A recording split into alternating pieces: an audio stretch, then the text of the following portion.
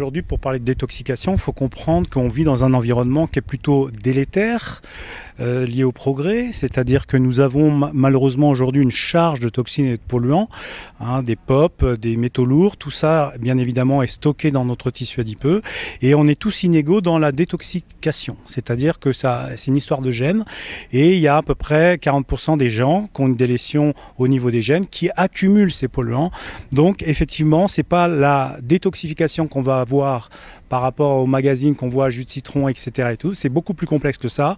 Donc c'est une approche de médecine fonctionnelle qui comprend bien évidemment l'alimentation, une alimentation sans toxines, plutôt bio, on va dire avec des aliments, on va dire qui sont le moins pollués possible. Ça c'est la première chose. Beaucoup de fruits, beaucoup de légumes, beaucoup de polyphénols qui sont des activateurs de phase 2.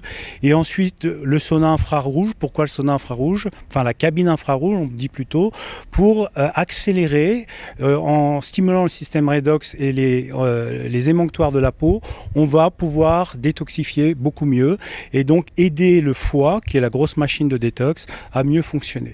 Voilà, aujourd'hui nous vivons dans un environnement qui nécessite le besoin de détoxifier, tout à chacun, et les bienfaits se font ressentir avec beaucoup moins d'inflammation, moins d'oxydation et une meilleure qualité.